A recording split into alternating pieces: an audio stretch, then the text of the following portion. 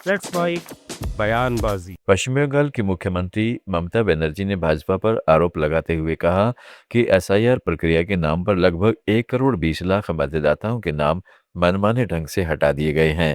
उन्होंने कहा है कि इससे आम नागरिकों के मतदान के संवैधानिक अधिकार प्रभावित हो रहे हैं और चुनावी प्रक्रिया में भारी गड़बड़ी हो रही है।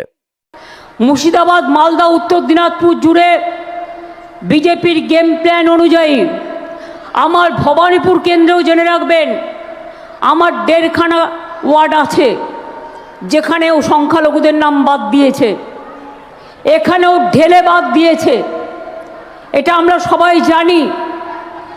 এবং 1,20,00,000 নাম বাদ দিয়েছে। তার জন্যই আমরা মাননীয় সুপ্রিম কোর্টে গিয়েছিলাম এবং সুপ্রিম কোর্ট তো সত্যি কথাই বলেছেন যে এটা হতে পারে না। তারা বলেছেন যাদের 60 লাখ নাম লজিস্টিক্যাল ডিসক্রিপেন্সিতে অর্থাৎ অ্যাডজুডিকেশনে আছে তাদেরটা আবার নতুন করে বিচার করতে হবে। ইতিমধ্যে 22 লক্ষ লোকের নাম উঠে গেছে, বাদবাকি যা বাতিল হয়েছে তাদের জন্য ট্রাইব্যুনাল করে দিয়েছে।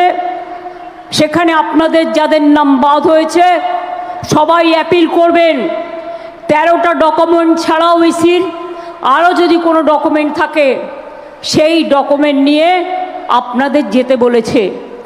লয়ার আমরা দেব, কিন্তু মনে রাখবেন লড়াইটা আমাদের শান্তিপূর্ণভাবে করতে হবে। হায়দ্রাবাদ থেকে কেউ উড়ে এলো আর বিজেপি কয়েকটা গদ্দারকে টাকা দিয়ে আপনাদের উত্তেজিত করলো আর আপনাদের দিয়ে রাস্তা অবরোধ করলো, জাজেদের ঘেরাও করলো। রেজাল্টটা কি হলো? আজকে সুপ্রিম কোর্ট বলেছে, ঠিক বলেছেন। राहुल गांधी ने केंद्रीय सशस्त्र पुलिस बल के जवानों के साथ हो रहे अन्याय को लेकर मोदी सरकार पर सवाल उठाए हैं। उन्होंने असिस्टेंट कमांडेंट अजय मलिक का उदाहरण दिया, जिन्होंने नक्सली मुठभेड़ के दौरान आईईडी ब्लास्ट में अपना एक पैर गंवा दिया। राहुल गांधी ने कहा है कि केंद्रीय सशस्त्र पुलिस बल विधेयक सिर्फ कैरियर रोकने की कोशिश नहीं है, बल्कि उन लोगों का मनोबल तोड़ने का प्रयास है जो देश की पहली रक्षा पंक्ति है। नमस्कार।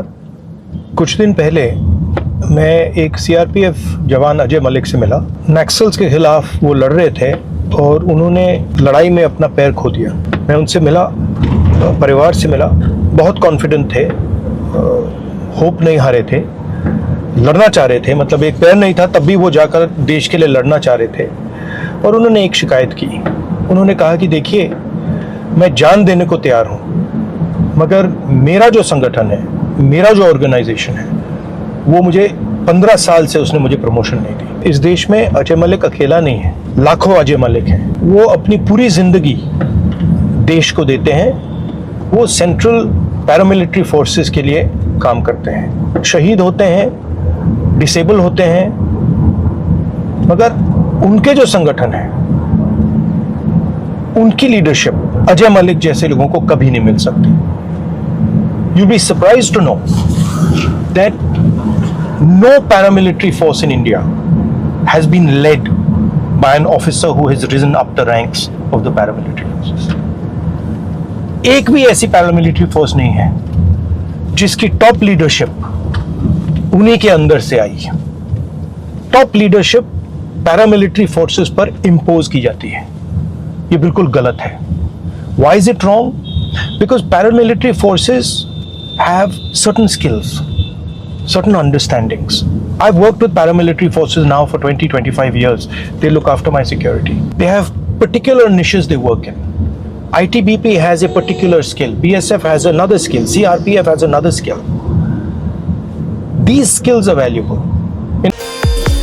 राहुल गांधी ने असम के चुनाव प्रचार के दौरान कांग्रेस की तरफ से जनता को कई गारंटियां दी। उन्होंने कहा है कि असम की महिलाओं को अपना बिजनेस शुरू करने के लिए 50,000 रुपये दिए जाएंगे और जुबिन गर्ग के मामले में 100 दिनों के भीतर न्याय मिलेगा। 244A आपको पावर देता है, आपको स्ट्रेंथ देता है, आपको निर्णय लेने की अपॉर्चुनिटी देता है। मगर मैं आपसे सवाल पूछना चाहता हूं, 244A लाया कौन? 244A हम लाए क्योंकि हम जानते हैं कि आपको लोकली आपके निर्णय लेने हैं। आपको ना गुवाहाटी से चलाया जाए, ना दिल्ली से चलाया जाए, आपको यहीं से चलाया जाए। आपके नेता, आपके जो काउंसिल्स हैं, वही आपको चलाए। 244A is necessity, is a must. We will deliver 244A to you, full implementation.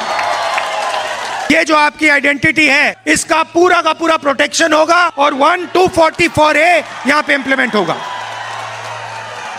Congress party और हमारे अलायंस ने 5 गारंटीज दी हैं। सबसे पहली गारंटी, महिलाओं के लिए अनकंडीशनल मंथली कैश ट्रांसफर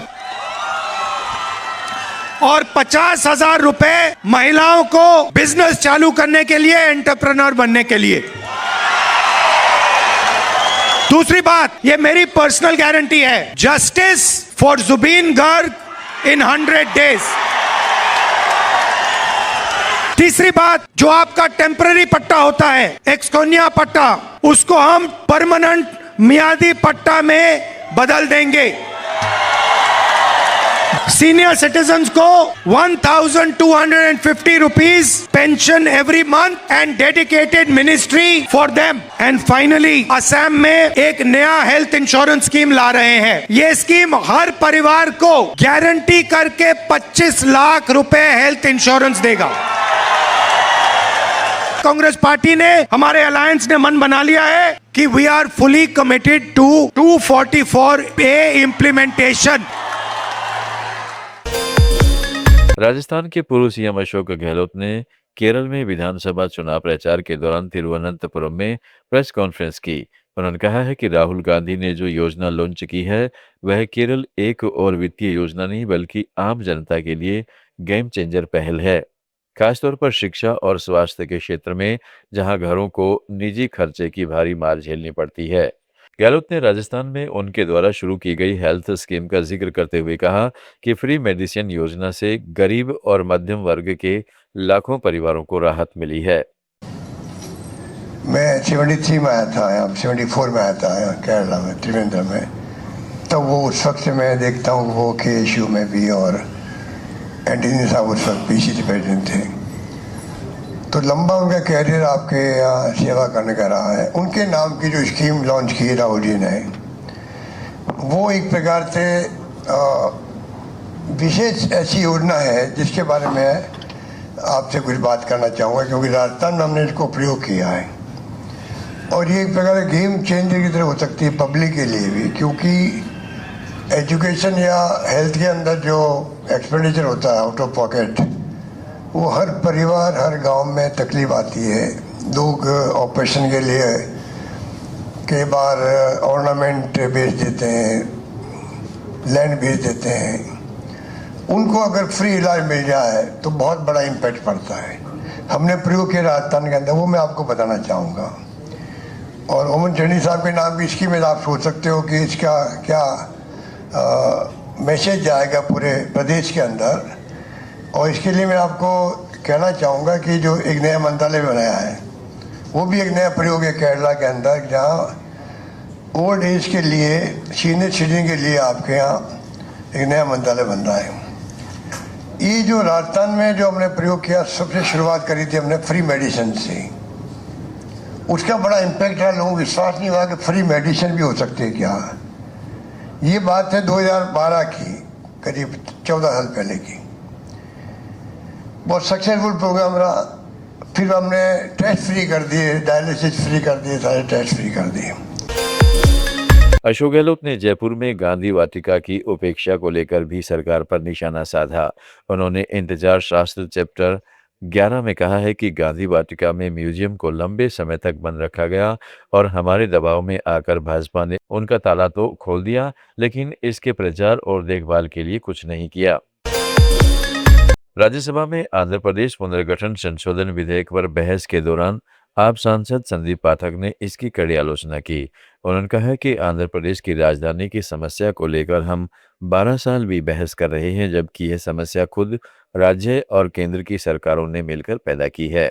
माननीय सदस्य नेक्स्ट माननीय सदस्य doctor Sandeep Kumar Pathak 2 minutes. I was allotted 3 minutes, sir. 2 minutes. Just I'll begin. Thank you very much, Honorable Chairman, sir. It's an honor to speak on a bill which is very important not only for us but more for the state of Andhra Pradesh. मुझे लगता है कि इसमें किसी को दुविधा नहीं है इसको बिल को समर्थन करने में, बट आज मुझे लगता है कि हमें रिफ्लेक्ट करना चाहिए पूरे सदन में कि कैसे पेटी पॉलिटिक्स और पॉलिटिकल इनकॉम्पिटेंस इस पूरे देश को बर्बाद कर सकती है। ये उसका एक क्लियर कट एग्जाम्पल है जो आज हम डिबेट कर रहे हैं। और आज भी हम इस बात पे डिबेट कर रहे हैं कि अमरावती को होना चाहिए नहीं होना चाहिए। मुझे लगता है वो तो डिबेट सेटल्ड है ऑलरेडी। वहां की जनता ने अपना विश दे दिया कि अमरावती होना चाहिए, तो हमें तो बस उस पर मुहर लगाना है। मैं आज 2 बड़े इश्यूज आपके सामने रखना चाहता हूं। ऑनरेबल चेयरमैन सर, इस इशू को आप देखेंगे तो सबसे पहले जो उस समय की सरकार थी, उस सरकार ने तय किया कि अमरावती को कैपिटल बनना चाहिए। उसके बाद लैंड्स एक्वायर हो गए और ये एक स्पेसिफिक केस था जिसमें जनता ने आगे बढ़ के खुद से ही अपनी जमीन कैपिटल बनाने के लिए दी थी। उसके बाद दूसरी सरकार आई। लोकसभा में कांग्रेस सांसद मनीष तिवारी ने स्मार्ट मीटर का मुद्दा उठाया। उन्होंने कहा है कि उन इलाकों में जहां बिजली सेवाएं निजीकरण के तहत चल रही हैं, वहां उपभोक्ताओं के बिजली बिल में लगभग 4 गुना तक की बढ़ोतरी देखी जा रही है। तिवारी ने कहा कि कई राज्यों में उपभोक्ताओं की शिकायतें यह दिखाती हैं कि नए स्मार्ट मीटर में रीडिंग गलत दर्ज हो रही हैं और बिल बढ़ रहा है। अध्यक्ष जी, आपका बहुत बहुत धन्यवाद। अध्यक्ष जी, आपके माध्यम से मैं मंत्री जी का ध्यान जो खंड 3 है उनके उत्तर का, उसके ऊपर आकर्षित करना चाहता हूं। अध्यक्ष जी, जहां जहां ये स्मार्ट मीटर लगाए गए हैं और खासकर जिन इलाकों में निजीकरण हुआ है, जो बिजली का बिल है वो 4 गुना बढ़ गया है। और मेरे को तो ये समझ नहीं आता कि वो स्मार्ट मीटर में ऐसा कौन सा आपका का डबरा का कोई यंत्र लगा हुआ है कि 4 गुना बिजली का बिल बढ़ जाता है। और ये तजुर्बा एक जगह नहीं, जहां जहां निजीकरण हुआ है, जहां जहां स्मार्ट मीटर लगे हैं, हर जगह की फीडबैक यही है। मैं मंत्री जी से पूछना चाहता हूं, क्या आपके मंत्रालय ने कोई ऐसी स्टडी की है कि स्मार्ट मीटर लगाने से पहले लोगों को, उपभोक्ताओं का कितना बिल आ रहा था और स्मार्ट मीटर लगाने के बाद वो बिल कितना बढ़ गया है? ऐसा कोई आपने स्टडी किया है? आम आदमी पार्टी के सांसद संजय सिंह ने कहा है कि दलित, अनुसूचित जाति और जनजाति के लोगों के खिलाफ जातिगत भेदभाव का इतिहास गहरा रहा है, लेकिन इसके लिए मुसलमानों को दोषी ठहराना गलत है। उन्होंने सवाल किया कि आखिर ऐसा कौन सा वो मुसलमान है जिसने आरक्षण के खिलाफ आवाज उठाई हो। कौन सा वो मुसलमान है जिसने आपके आरक्षण का विरोध किया, उसका नाम बताइए आप मुझे। किसी ने किया क्या? किसी मुसलमान ने आपके आरक्षण का विरोध? कौन सा वो मुसलमान है जिसने कहा कि अनुसूचित जाति जनजाति के लोग हमारे बगल में बैठ के खाना नहीं खा सकते? कौन सा वो मुसलमान है जिसने कहा कि गले में हाड़ी बांध के आपको घूमना पड़ेगा? मैं तो उत्तर प्रदेश का रहने वाला हूं।